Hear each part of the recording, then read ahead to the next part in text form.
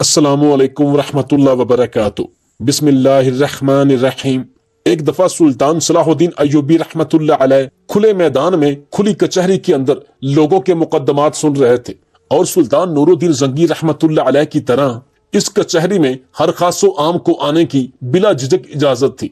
सुल्तान Salahuddin Ayyubi रहमतुल्लाह अलैह मुकदमा सुन रहे थे कि इतने में एक बुजुर्ग सुल्तान सलाहुद्दीन अय्यूबी रहमतुल्लाह अलैह के सामने हाजिर हुआ। इसके एक हाथ में कटोरा और दूसरे हाथ में एक डंडा था। इसकी शक्ल बता रही थी कि वो भिखारी है।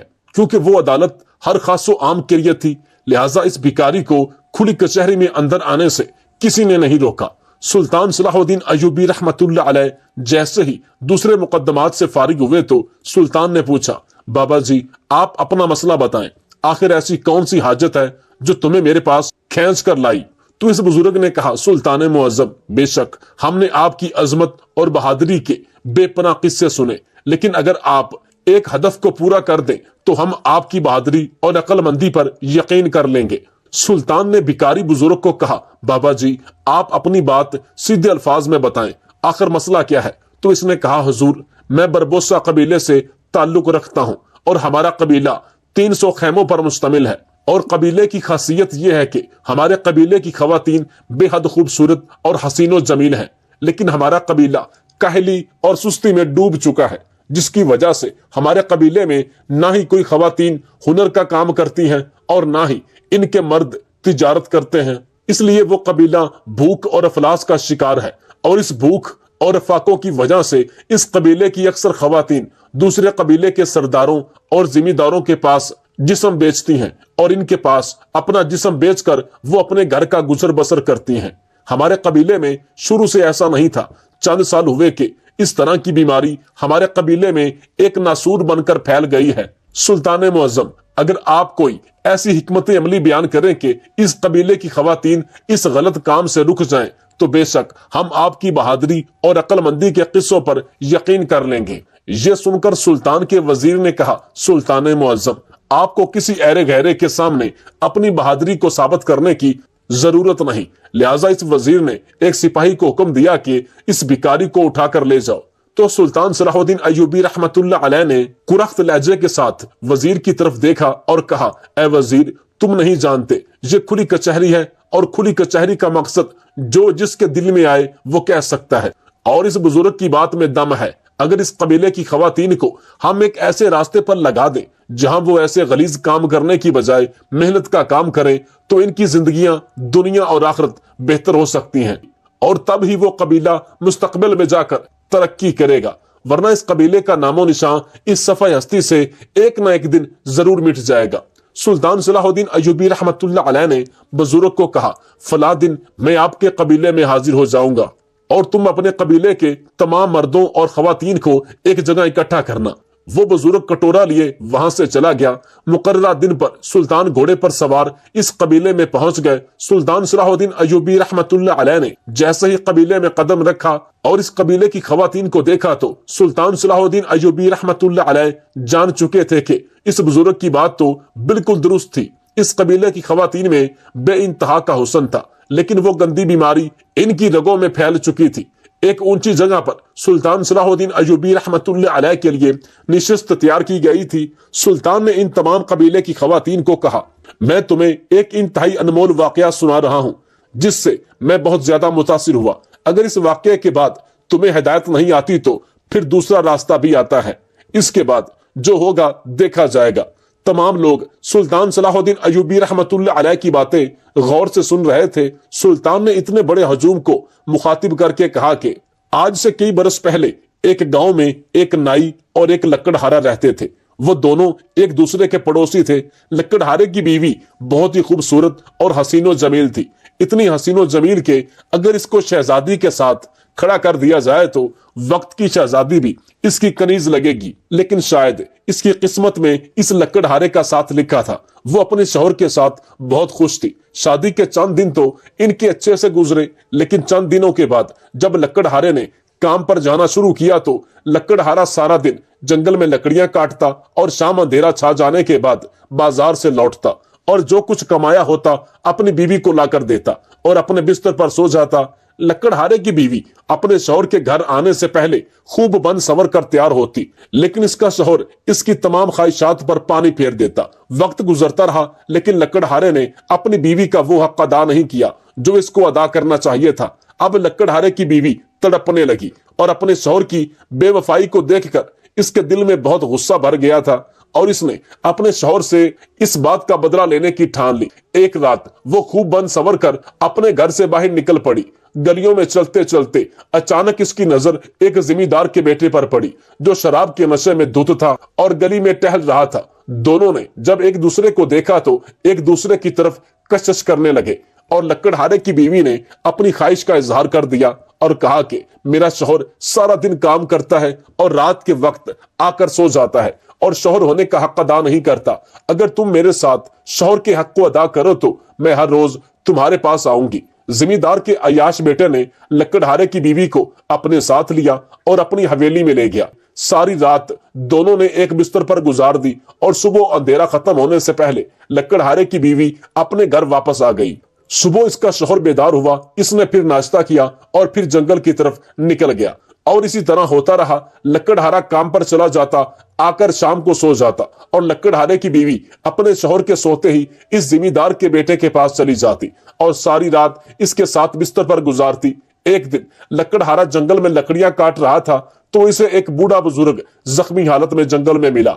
लकड़हारे ने इसे अपने कंधे पर बिठाया और अपने घर ले आया। इसकी देखभाल की और इसे एक दूसरी झोपड़ी में बिस्तर डाल कर दिया और वह बुजुर्ग इस बिस्तर पर आराम करने लगा, लेकिन चोट की वजह से इसको नींद नहीं आ रही थी। जैसे ही लकड़हारा नींद की हालत में गया तो इसकी बीवी की हरकत बुजुर्ग को मालूम हो गई और वो बुजुर्ग देखने लगा कि आखिर इस लकड़हारे की बीवी क्या करने वाली है, क्योंकि घर आने पर वो लकड़हारे की बीवी की चाल चलन देखकर सब कुछ पहले समझ चुका था। अगली सुबह जब लकड़हारा उठा तो इस बुजुर्ग ने इसे अपने पास बुलाया और कहा, बेटा आज तुम जंगल में जाकर काम कम करना और आज की रात तुमने सोने का नाटक करना है ताकि तुम्हें थकावट की वजह से नींद ना आए और तुम अपनी बीवी का पीछा करना।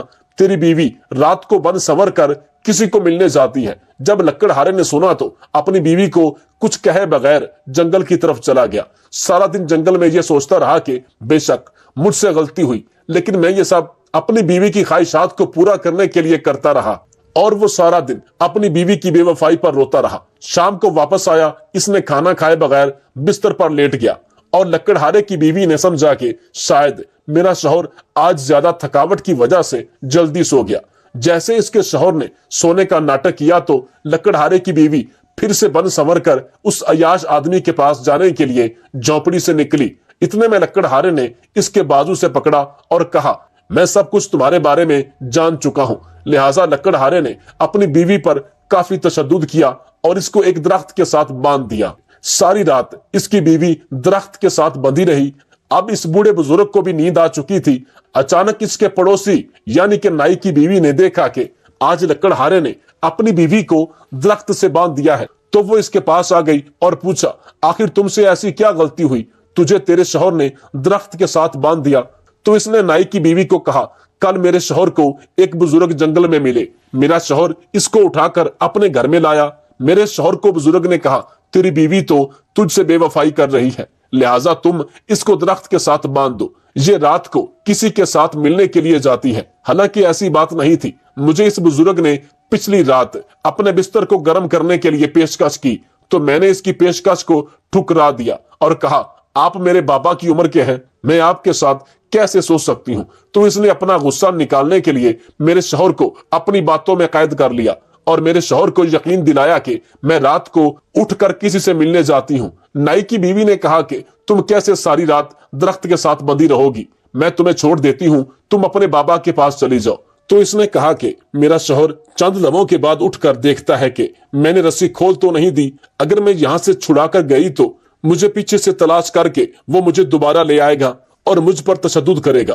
तो नाई की बीवी ने कहा, अब तुम क्या करोगी? तुम इसने कहा कि तुम मेरी पड़ोसी हो और आज पड़ोसी होने का हक अदा करो। तुम चंद लम्हों के लिए मेरी जगह पर रस्सी के साथ बैठ जाओ, मैं अभी और इसी वक्त घोड़े पर सवार होकर अपने बाबा को इस बात की खबर देकर आ जाती हूँ। उस वक्त तक तुम मेरी जगह पर बैठ जाओ, इससे मेरे शौहर को मुझ पर शक नहीं होगा, वो समझेगा कि मैं बागी नहीं। नाई की बीवी इसकी बातों में आ गई और इसकी जगह खुद बैठ गई और इसकी रस्सी खोल दी और लकड़हारे की बीवी दोबारा घोड़े पर सवार होकर जिमीदार के अयाश बेटे के पास पहुंच गई। इधर लकड़हारे ने जब अपनी बीवी को सर्दी में बाहर दरख्त के साथ बंधा देखा तो इसको अपनी बीवी पर तरस आया और वो अपनी बीवी के पास गया और इसकी रस्सी खोलकर इसको अंदर ले आया। चूंकि उस वक्त अंधेरा था, लिहाजा नाई की बीवी लकड़हारे की बातों का जवाब बस हाँ में देती रही और इसके साथ मजबूरी में इसके कमरे में चली गई।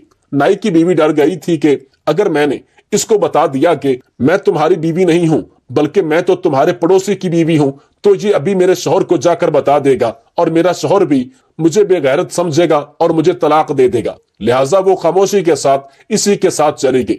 लिहाजा लकड़हारा नाई की बीवी को अंदर ले गया और इससे कहा कि बेशक मैंने एक शौहर होने का हक अदा नहीं किया, लेकिन मैं आपसे वादा करता हूं कि आज के बाद मैं शौहर होने का हक अदा जरूर करूंगा। इतने में इसने अपनी बीवी को बिस्तर पर लिटा दिया और सारी रात इसके साथ गुजार दी और मजबूरी की हालत में नाई की बीवी खामोश रही। इतने में नाई जब अपने घर गया तो जब इसने अपनी बीवी को बिस्तर पर नहीं पाया तो इधर उधर तलाश करने लगा, तो पांव के निशानात इस लकड़हारे की घर की तरफ आते थे। तो वो इसको तलाश करता करता जब लकड़हारे के घर पहुंचा तो इसकी बीवी लकड़हारे के साथ कमरे में मौजूद थी। नाई ने उसी वक्त लकड़हारे को पकड़ा और काजी की अदालत में ले गया। काजी ने एक लड़की के साथ जना करने के बदले में इसको संसार करने का हुक्म दे दिया। जब लकड़हारे को संसार करने लगे तो काजी ने इससे पूछा, बताओ तुम्हारी आखिरी ख्वाहिश क्या है? तो इसने कहा, हुजूर मेरी जो आखिरी ख्वाहिश है वो कोई भी पूरी नहीं कर सकता। काजी ने पूछा, बताओ तो सही। इसने काजी साहब से कहा, हुजूर मैं जानता हूं कि मेरी आखिरी ख्वाहिश नहीं पूरी की जाएगी। अगर काजी साहब कुरान पाक का हलफ उठाएं तो फिर मैं यकीन कर लूंगा और मैं अपनी आखिरी ख्वाहिश बताऊंगा। जब काजी साहब ने हलफ लिया तो लकड़हारे ने कहा, बेशक मुझे संसार कर दिया जाए, लेकिन मेरी आखिरी ख्वाहिश यही है कि मुझे संसार करते वक्त मुझे पहला पत्थर वही आदमी मारे जिसने अपनी जिंदगी में कभी किसी नामहरम औरत के साथ जना ना किया हो। यह सुनकर सारे गांव वाले हैरान हो गए, हत्ता के काजी साहब का भी सर झुक गया और वो एक दूसरे की तरफ देखने लगे। इस लकड़हारे की बातों से सारे गांव वालों के सर शर्म से झुक गए और फिर इस लकड़हारे ने काजी साहब को अपनी बीवी की